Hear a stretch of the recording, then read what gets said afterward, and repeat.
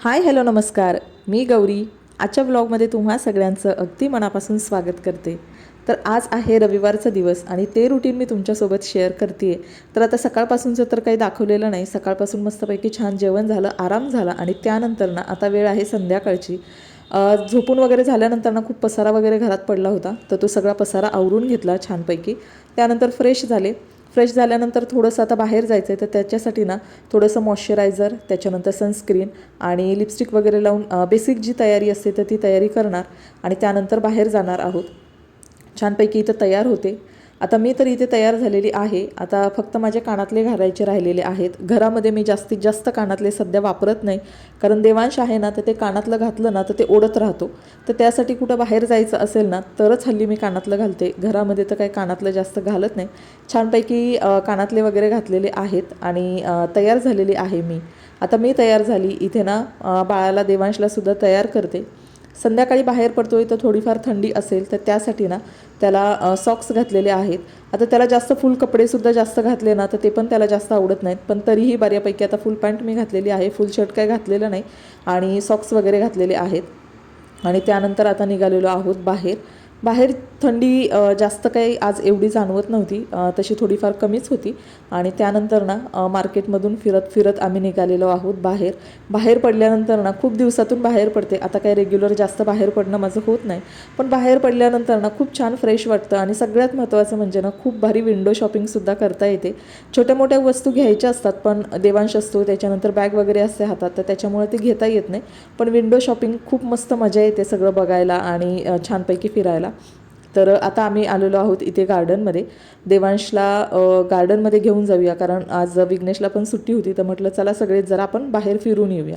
आता इथे गार्डनमध्ये आलो ना तर संडेचा दिवस होता. शनिवार रविवार किंवा सुट्टी असेल ना तर त्या दिवशी गार्डनमध्ये जर आलं ना खूप प्रमाणात गर्दी असते आणि लहान मुलांचे जे खेळण्याच्या जागा आहेत, म्हणजे झोका असेल, ह्या अशा स्लाईड वगैरे असेल, तिथे तर भरपूरच गर्दी असते आणि खूप ही मुलं खेळतात ना तर त्याची धूळ पण इतकी उडते ना, तर तीसुद्धा खूप धूळ वगैरे होती.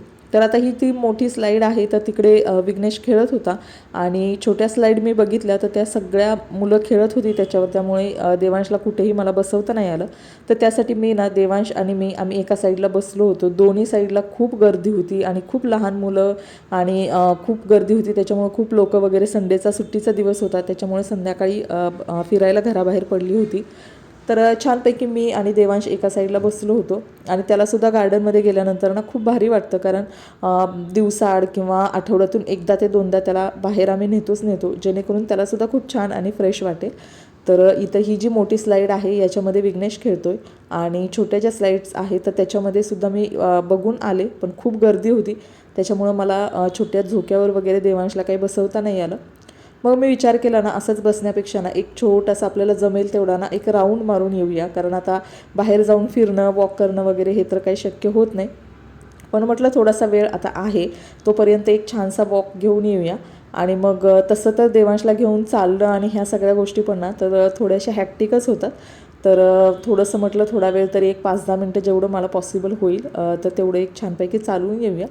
तर ह्या बॅक साईडला गार्डनचे ज्या हा एरिया आहे तर तिथं थोडा वेळ मी चालायला गेले.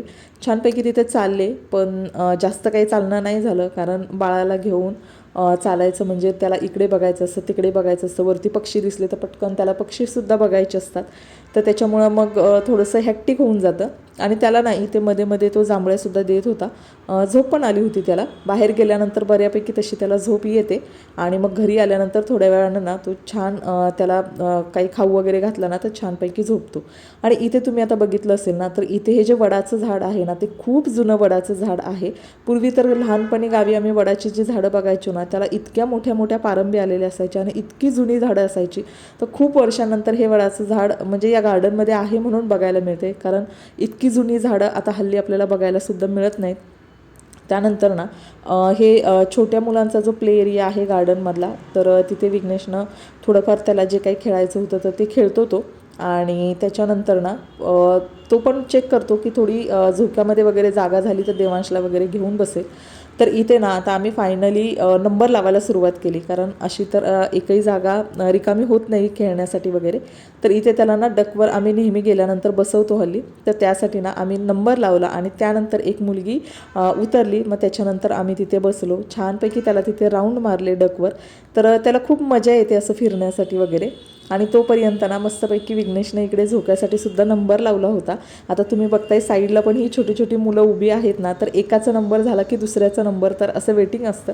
तर इथे छानपैकी विघ्नेशचा नंबर आला. तर विघ्नेशचा नंबर आल्यावर मस्तपैकी त्यानं देवांशला घेऊन छानपैकी झोके खेळले. त्याला जास्त काही झोकं खेळायला नाही दिला, कारण थोडंसंच एक 4-5 झोके तो खेळला आणि त्याच्यानंतर ना विघ्नेश त्याचा तो मोठे झोके घेऊन छानपैकी तिथं खेळतोय. तोपर्यंत आम्ही आलो. मस्तपैकी ह्या स्टँडवर जी बेंच आहे त्याच्यावर आम्हाला जागा मिळाली आणि तिथे मस्तपैकी आम्ही बसलो, जेणेकरून देवांसुद्धा तिथे छानपैकी इकडे तिकडे बघेल, एन्जॉय करेल आणि विघ्नेशचं जे काही खेळायचं राहिलेलं आहे तर तो सुद्धा खेळून घेईल, म्हणजे दोघांना पण छान हॅपी टाईम त्यांचा स्पेंड होईल. तर असं गार्डनमध्ये ना जवळजवळ आमचे 1.5 ते 2 तास आरामात गेले. पटकन टाईम कसा गेला ते कळलंच नाही. आणि तुम्ही इथे बघताय ना अंधारसुद्धा पडलेला आहे. तर आम्ही आता निघालो आहे घरी यायला, कारण तिन्ही सांजेचं जास्त वेळसुद्धा बाळाला देवांशला घेऊन आम्ही जास्त बाहेर थांबत नाही. तर म्हटलं लगेच आपण घरीसुद्धा जाऊया. तर अंधार पडायला लागलेला आहे आणि आता ना दिवस छोटा आहे, तर त्याच्यामुळं अंधारसुद्धा लगेच पडतो. तर इथे आल्यानंतर म्हटलं आता बाहेर पडलो तर थोडंसं काहीतरी खाऊन जाऊया. तर मग आलो इथे पाणीपुरी खाण्यासाठी. आधी एका ठिकाणी आम्ही बघितलं, पण तिथे आता व्हेज आणि नॉनव्हेज असं दोन्ही होतं आणि मग विघ्नेशला ते खायचं होतं. आणि तिथे ऑर्डर केल्यानंतर पण एक 15-20 मिनटं झालं, ऑर्डर काय आमची आली नाही आणि आम्हाला घरीसुद्धा पटकन जायचं होतं, त्याच्यामुळे आम्ही तिथली ऑर्डर कॅन्सल केली.